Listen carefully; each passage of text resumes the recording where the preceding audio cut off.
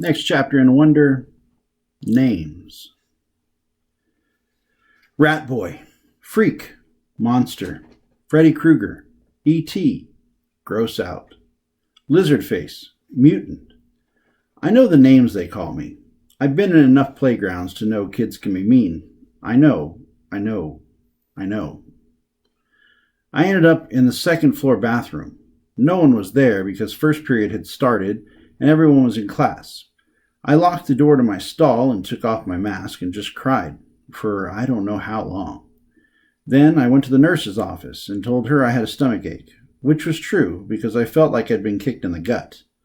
Nurse Molly called Mom and had me lay down on the sofa next to her desk.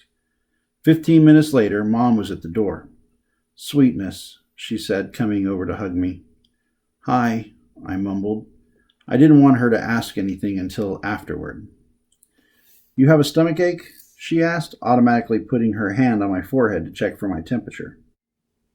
"He said he feels like throwing up," said Nurse Molly, looking at me with very nice eyes. "And I have a headache," I whispered. "I wonder if it's something you ate," said Mom, looking worried. "There's a stomach bug going around," said Nurse Molly. "Oh, geez," said Mom, her eyebrows going up as she shook her head. She helped me to my feet. "Should I call a taxi, or are you okay walking home?" "I can walk." "What a brave kid," said Nurse Molly, patting me on the back as she walked us toward the door. "If he starts throwing up or runs a temperature, you should call the doctor." "Absolutely," said Mom, shaking Nurse Molly's hand.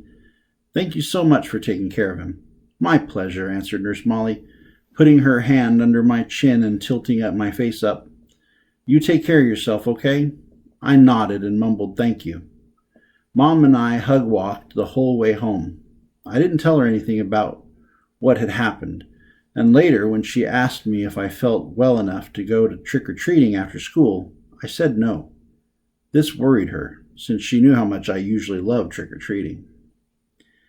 I heard her say to Dad on the phone, "He doesn't even have the energy to go trick-or-treating." No fever at all."